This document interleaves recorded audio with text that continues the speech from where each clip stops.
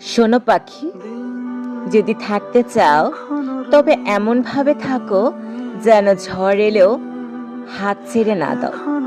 ভুল বোঝাবুঝির দেয়াল উঠলে আমরা দুজন মিলে সেটাকে ভেঙে ফেলি। রাত যত দীর্ঘ হোক, ভোরটা যেন একসাথে দেখি।